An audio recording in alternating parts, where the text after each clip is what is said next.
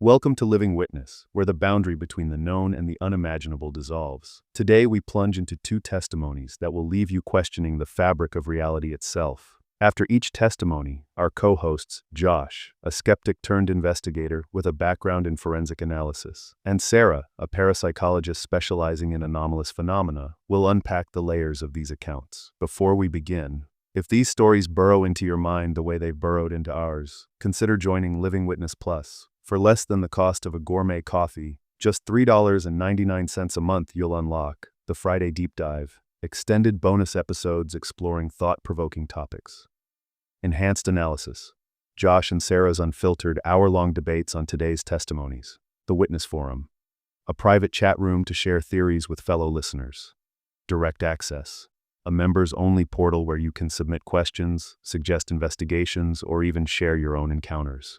This isn't just a podcast, it's a community obsessed with the truth, no matter how unsettling. Now, let's meet our first witness.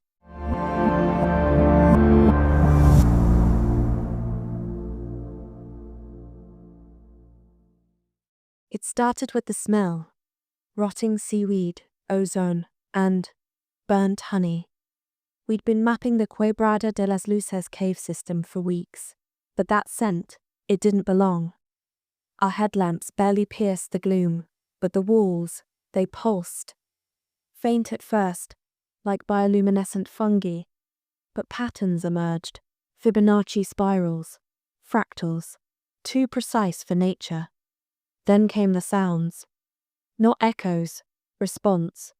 We'd tap a stalactite, and 3 seconds later, a harmonic tone reverberated from deeper in the cavern, as if the cave itself was listening. The first creature appeared when Vargas dropped his water bottle. A tendril of iridescent gel slithered from a crevice, tasted the plastic, and dissolved it in seconds. No mouth, no eyes, just shifting colors, mood rings made flesh. We named them chromophages. But they were just the janitors. The true inhabitants revealed themselves when we breached chamber gamma. The air thickened, humid and electric. Our lamps died. But the darkness, it moved. Figures emerged, humanoid, but jointless, their skin a mosaic of translucent membranes. Beneath the surface, organs glowed like lava lamps, rearranging with every step. They spoke without mouths, not words, vibrations. My fillings hummed, my bones resonated. And then, the images. Floods of memories, not mine, a planet veiled in perpetual twilight, oceans of liquid methane. A civilization built not on tools, but symbiosis with living rock. They weren't aliens, they were terrestrial, older than Homo sapiens by millions of years. Evolution's abandoned draft, thriving in the planet's bowels. And they were furious. The attack wasn't violence, it was cleansing. Chromophages swarmed, dissolving our equipment, our samples, even the synthetic fibers in our clothes. The humanoids watched, their bioluminescence flaring crimson. A warning, a lesson. We fled, but not before one touched me. Its hand phased through my chest. No pain, just a coldness deeper than marrow. For weeks after, my dreams weren't mine. I saw cities of living crystal. Felt the weight of epochs, heard a single phrase, looping. Surface dwellers, children, you are not ready.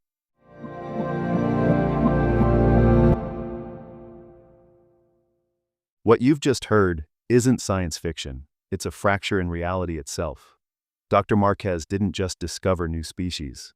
She stumbled upon an entire branch of evolution, severed from our tree of life millennia ago.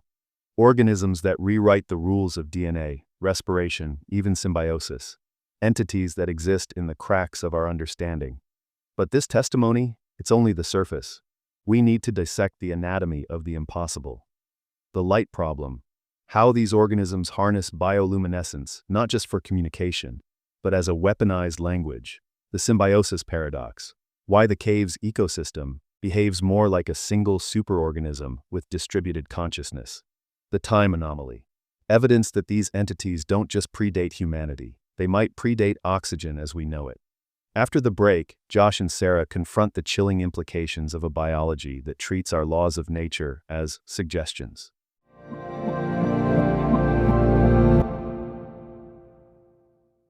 Welcome to the deep dive. We take your submitted material and really get into it. That's right. And today we have something, well, truly unique, potentially reality-bending stuff. Yeah, this was pretty wild. We're looking at excerpts from ep3w1.pdf. It's witness testimony. From Dr. Alina Marquez, a geobiologist. Exactly. She was on an expedition, deep cave system, and they found, well, something unexpected, something ancient living way down there. And the first details she reports are just strange. The smell, for instance. Oh, yeah, the smell, like rotting seaweed, ozone, and burnt honey.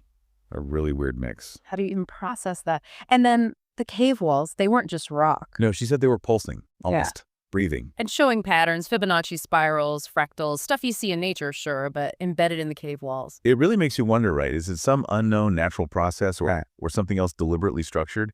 It immediately signals this isn't just a normal cave. And it got weirder. She said the cave itself seemed responsive. Responsive? How so? Like they'd tap something and a sound would echo back, but harmonically tuned, almost like it was, I don't know, listening. Listening. That's unsettling. Then they actually saw something. These creatures she called chromophages. Chromophages. Okay, what were they like? Gel-like, iridescent, but with no real features, just shifting colors. And get this, they could dissolve plastic. Dissolve plastic? Wow. That implies a really alien biochemistry, maybe adapted to break down specific intrusions. Or maybe their environment has materials like that. Who knows? But dissolving plastic. Yeah, that's definitely not your average cave slime. So what happened next? They reached a place called Chamber Gamma, and that's where things really escalated. Okay. Lights out, suddenly. Total darkness in the air. She said it felt thick, like heavy electricity. That sounds terrifying. Just the darkness and that feeling. And then figures emerged. Humanoid shapes. Humanoid, like us. Similar shape, but totally different. Translucent skin, no visible joints.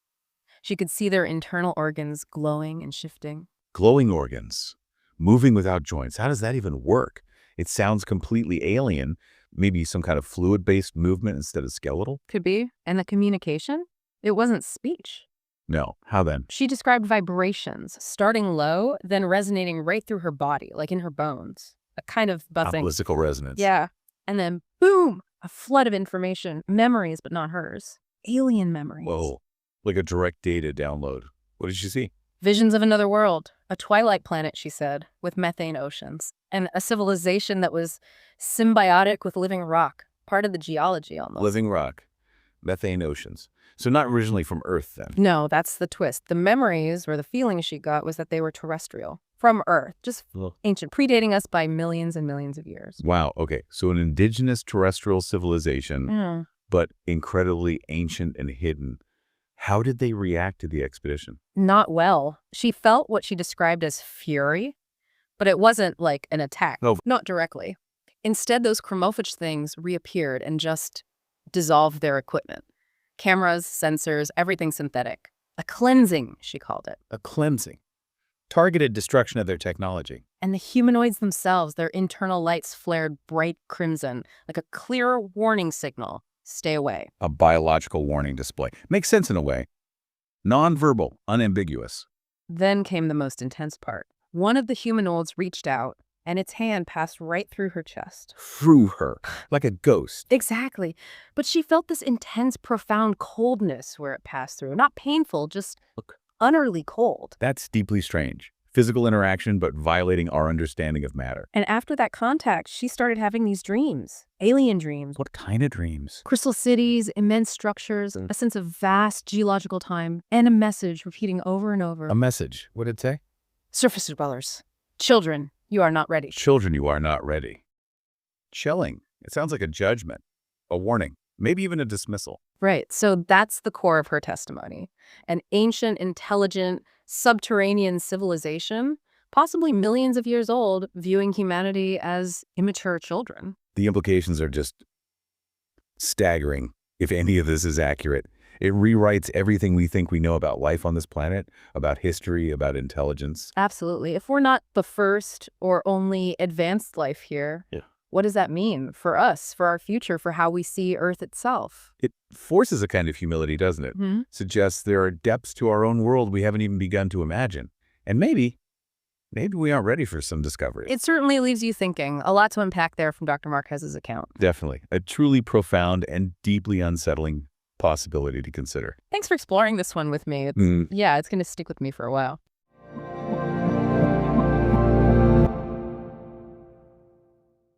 Well now, it all kicked off back in the fall of '85.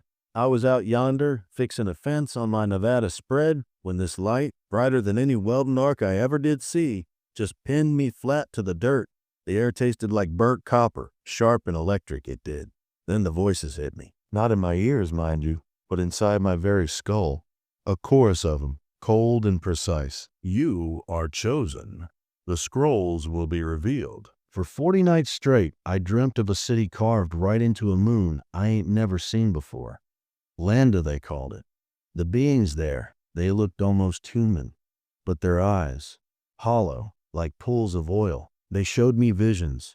San Francisco splitting open like overripe fruit, silver discs swarming the White House lawn, ancient texts buried way down under the Sahara.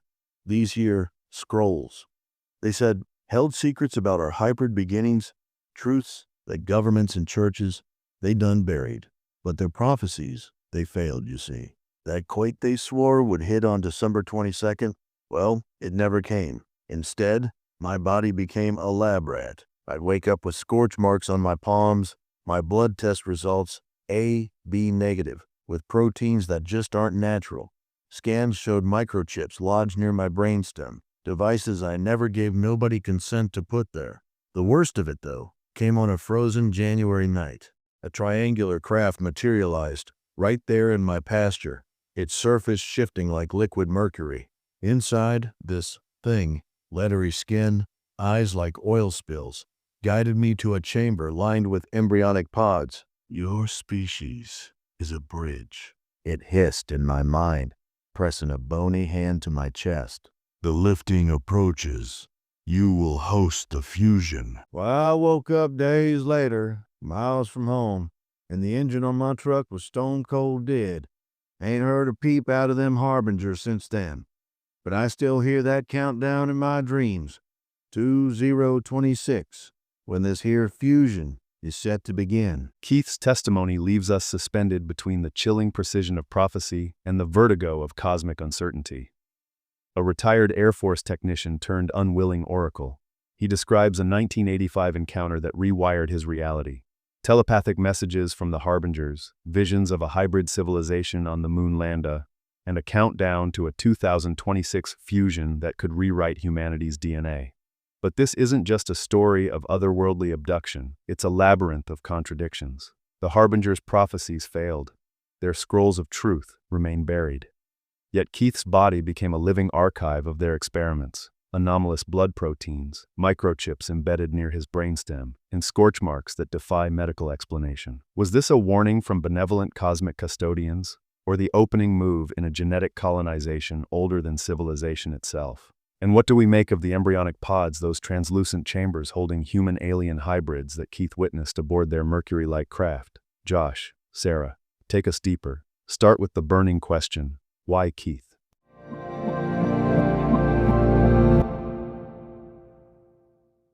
Welcome to the deep dive. Today, we're digging into some really compelling witness testimony. It starts back in 1985 on a ranch in Nevada. Right, a personal account describing a whole series of, well, pretty unusual experiences. Exactly. And our goal here, for you listening, is to really unpack the core elements of this story. Understand what the witness actually reported. It's a first-hand narrative, which always brings a certain weight. It does. And just quickly, if you find these kinds of in-depth explorations interesting, you might really enjoy the exclusive deep dives we do on Fridays for Living Witness Plus members. Just something to keep in mind. Okay, so the start. Fall 1985. This initial encounter sounds quite intense. It really does. A bright light, this feeling of being completely pinned down. And that very specific sensory detail tasting burnt copper and electricity. It's strangely vivid, isn't it? It is. That kind of detail often stands out. And then almost right away, the witness starts hearing internal voices. Uh-huh. With a very specific message. You are chosen. The scrolls will be revealed. Quite dramatic. It really sets a tone, doesn't it? Yeah. This immediate sense of purpose, or maybe destiny, being thrust upon him. The idea of scrolls implies hidden knowledge right from the get-go. Yeah, it's not vague. It leads straight into these recurring dreams. Over 40 nights, apparently. That's persistent. Dreams of a place called the City of Landa on an unknown moon. And these inhabitants, almost human, but with hollow eyes. That consistency is interesting. It suggests a really powerful internal experience, whatever its source. And then the visions came too. Right. Visions of pretty major events, San Francisco being destroyed, silver discs over the White House. Classic archetypal imagery there. Catastrophe and unexplained aerial phenomena. And also visions of ancient texts hidden under the Sahara, tying back to the scrolls, maybe. Seems likely. The testimony explicitly links the scrolls to secrets about hybrid origins, things supposedly covered up by governments, churches. It's a familiar narrative framework, hidden truth, powerful conspiracies. But then there's the prophecy aspect, which is often where these accounts get tested. Exactly. The prediction of a major earthquake on December 22nd. And the witness states it didn't happen. Right. So how does that failed prediction affect how you view the rest of it? It certainly complicates things. It absolutely does. It forces you to question the source or interpretation of the messages. Mm-hmm. Did the witness misinterpret? Were the voices unreliable? Or is that part just wrong? Makes you weigh the different elements, definitely. After that, the account shifts to physical anomalies. Mm-hmm. Scorch marks found on the property? Or maybe on him? The account mentions scorch marks, yeah. Okay. And claims about his blood type AB negative, but with anomalous proteins. Okay, the AB negative thing pops up in these circles sometimes, though medically it's just a rare blood type. Mm-hmm. Anomalous proteins, though, that wouldn't need verification. And then the really extraordinary claim, microchips found near the brainstem. That's a huge claim. Physical evidence like that, if it existed, could be proven, would obviously change everything. But it's a massive if. Absolutely.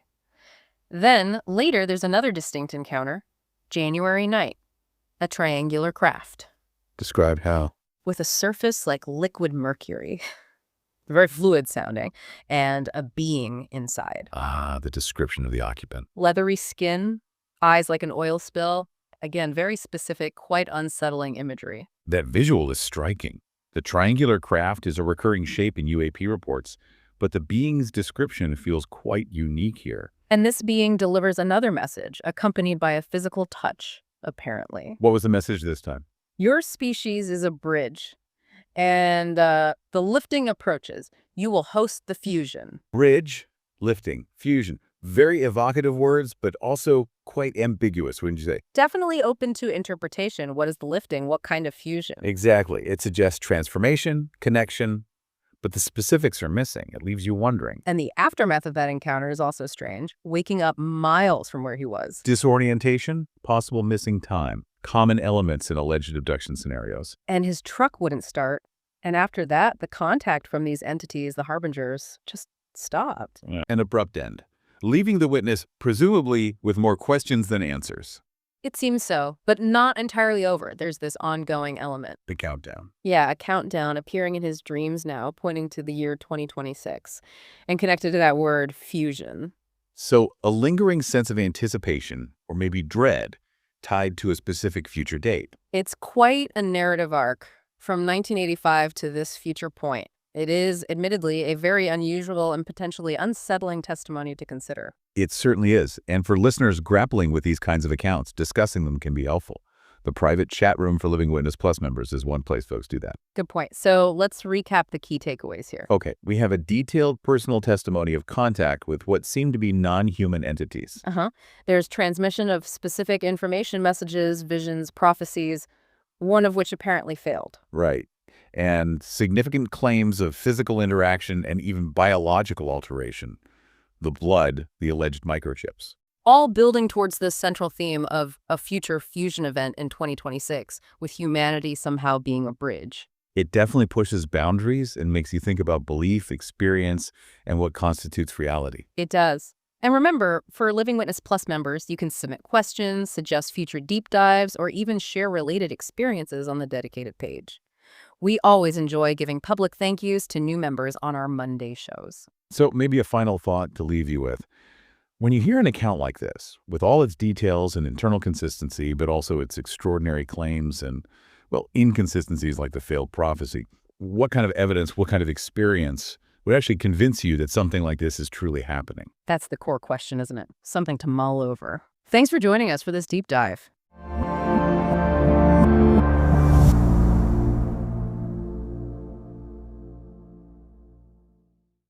Josh, Sara, thank you. You've peeled back layers of Keith's testimony that leave us not just questioning what happened, but why it matters. Josh, your dissection of those microchips and the physics of that Mercury-like craft forced us to confront the chilling plausibility of his account. And Sara, your insight into the harbingers as interdimensional architects or psychological manifestations of cosmic dread reminds us that the deepest mysteries often live in the liminal space between fact and myth. But here's the uncomfortable truth Keith's story forces us to carry. What if our reality is nothing more than a shared hallucination? A fragile consensus of atoms and stories, held together by the thinnest thread of logic?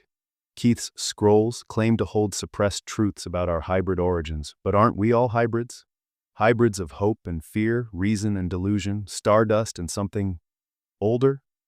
Tonight, as you drift into sleep, listen for the static between radio stations. Study the shadows that don't quite match the light. Ask yourself, if our DNA is a bridge, who or what are we bridging? And when the fusion comes, will we even recognize the selves we've outgrown? With that, this episode has come to an end. Until next time, keep questioning the ground beneath your feet. This is Living Witness, where the truth is stranger than the fiction we've yet to imagine.